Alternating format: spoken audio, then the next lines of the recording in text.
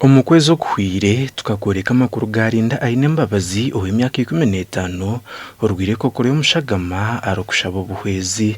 ogu akasibirwa kuruga omu irwariro hangwe rya Mbarara aharwakana rw'esabite hwire aha amaziro bwire bwingi omu ICU arokujanjabwa naza India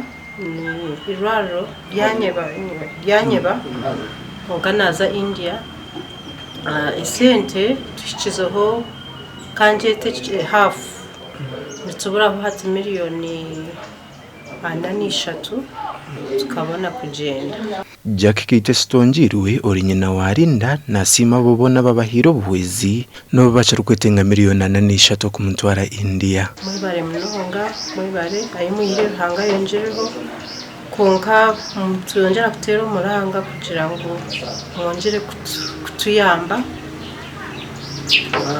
abo kuba ntishobora sente nyinshi konga nimanya tuza kuchendera tuza kuzisya twena tukwatanise hamwe bamwe abanyambabazi abarkwegitira mu kibina cya Team Godwin babasize kuhayo obuhwezo bwa miriyooni 1 so twareta contribution yitu 1 million tujereze mama Linda yabase kumuyamba okuraguriza Linda abantu wena ni batero muranga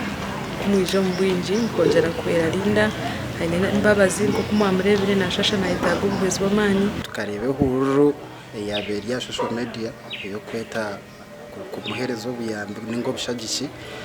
twagezaho nitutwijana kacaki twabasa Linda kine kiroto cyo kuba munyamakuru kandi Godwin Simere yahereze kumutungira umwanya go kushomera busha ahari St Elizabeth Girls yaheza kucera nda Aidan Bataringaya.